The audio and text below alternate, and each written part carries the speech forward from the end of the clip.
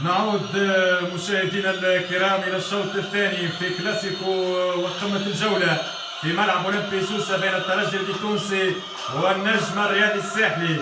الشوط الأول تركناه بتقدم ترجاوي هدف لصفر. الشوط الثاني الترجي التونسي بنفس التشكيلة: بن شريفية في حراسة المرمى، رقم 2 رقم 20 بن حميدة، رقم 24 ياسين مرياح، رقم 22 هاني عمامو، رقم 2 محمد بن علي.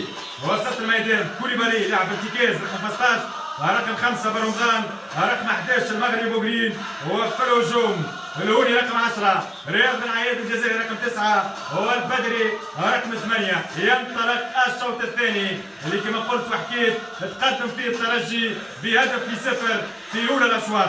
تشكيلة النجم الساحلي بينما التصويبه والحارس، بينما هو التصويبه وضربة الركنية للترجي.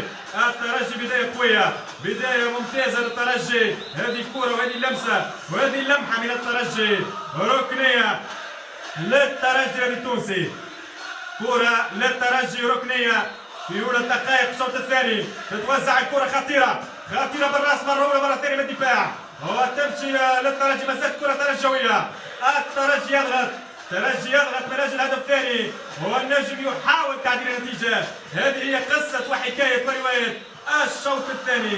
تشكيلة النجم الساحلي نفس التشكيلة باستثناء خليل زيد اللي كان خرج في الشوط الأول، وبديل دخل بديله اللاعب راقي العواني.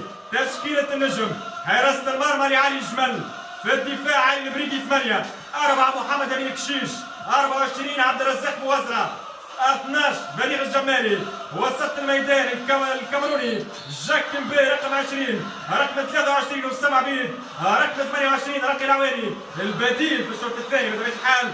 وفي الهجوم لؤي بن حسين 6، 22 علي سوما، ورقم 11 المهاجم الخطير الكونغولي بونغون غافيني. تشكيلة للترجي وتشكيلة. تمشي كرة مرة أخرى للنجم الساحلي، بينما كرة ضربة مرمى للترجي.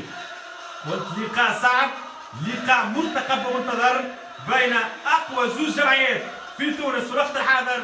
الترجي حاليا قلص الفارق الى نقطه، لكن مازال نستناو لانه كل شيء ممكن في كره القدم. معز بن شريفيه بديل لصدقي الدبشي اللي الامور ما مشاتش معاه، الاجواء ما كانتش ماشيه مع صدقي.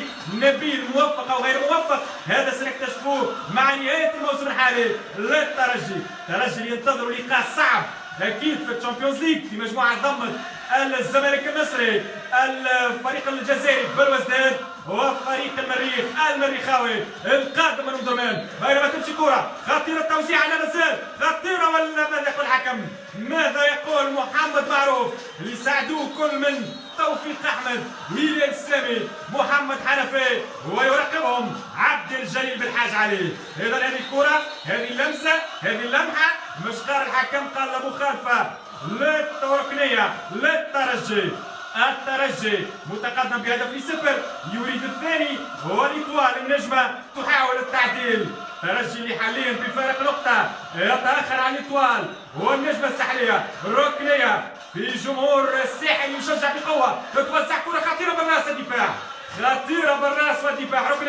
ركنيه اخرى. الترجي يضغط، الترجي يرفع الضغط ومستوى الاثاره هنا في استاد اولمبي سوسه. 48 دقيقه. الترجي والركنيه، الركنيه للترجي التونسي. مباراة صعبة، لقاء كلاسيكو من على الطراز. هذه هي قمم الساحل والترجي.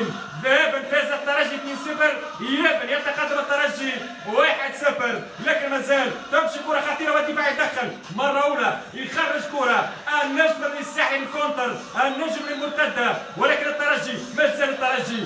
شوف الترجي فيه إصرار، فيه روح، ممكن الهدف قبل نهاية الشوط الأول أعطاه أكله، أعطاه مفعول للترجيين. تمشي الكرة للترجي وسط الميدان،